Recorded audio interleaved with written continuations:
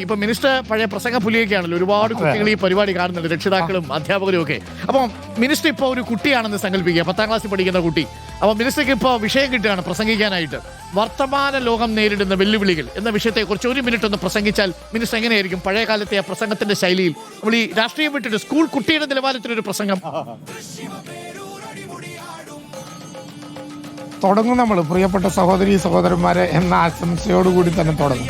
ഇന്ന് വർത്തമാനകാലം നേരിടുന്ന ഏറ്റവും പ്രധാനപ്പെട്ട വെല്ലുവിളികളൊന്ന് കമ്പോളവൽക്കരണത്തിൻ്റെ ഏറ്റവും പുതിയ ആശയങ്ങൾ നമ്മുടെ കുട്ടികളുടെ തലയ്ക്ക് മീതെ പെയ്തിറങ്ങുന്നു എന്നുള്ളതാണ്. മനുഷ്യരാവുക എന്ന മുദ്രാവാക്യമാണ് ഇപ്പോൾ നമുക്ക് പറയാനുള്ളത്. വർത്തമാനകാലത്തിൻ്റെ വെല്ലുവിളികളെ നേരിടാനുള്ള ഏറ്റവും പ്രധാനപ്പെട്ട ആശയമാണ് 64ാമത് സ്കൂൾ യുവജനോത്സവത്തിൻ്റെ 25 വേദികളും സൂര്യകാന്തി മുതൽ ഇങ്ങോട്ട് മനോഹരമായിട്ടുള്ള പൂക്കളുടെ പേരിലാണ്. നമുക്ക് മാതൃകയാക്കാവുന്ന ഈ പേരുകൾ ഒരു തോട്ടത്തിലെ വിവിധ നിറങ്ങളിലും വിവിധ സുഗന്ധങ്ങളിലുമുള്ള പൂക്കളെ പോലെ മതേതരത്വത്തിൻ്റെയും ജനാധിപത്യത്തിൻ്റെയും കൂട്ടായ്മയുടെയും വേദിയിലേക്ക് നമ്മൾ പോകണം എന്നാണ് ആധുനിക കാലത്തെ സംസ്കാരം.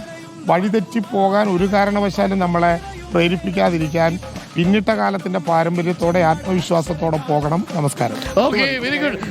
പ്രസംഗോത്സവത്തിന് വിധി പ്രഖ്യാപിച്ചു കഴിഞ്ഞു. 1ാം സമ്മാനം A+ Shri K Rajan, Thrissur. Minister, രണ്ടാമതൊരു വിഷയം കൂടി ഞാൻ തരട്ടെ. മിനിസ്റ്റർ പറയത്തില്ലെന്നറിയാം, ഇല കൊഴിയുമോ?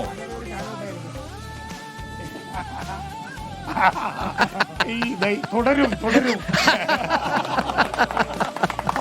Very good. ഓക്കെ മിനിസ്റ്റർ, നടക്കട്ടെ. അപ്പൊ ഞാൻ VS രഞ്ജിത്തിലേക്ക്. അപ്പൊ നമുക്ക് ഉഷാറാക്കാം നേരിട്ട് കാണുമ്പോൾ. Thank you VS Ranjith. അപ്പൊ VS രഞ്ജിത്ത്, നമ്മുടെ പരിപാടി നടക്കട്ടെ. അതെ.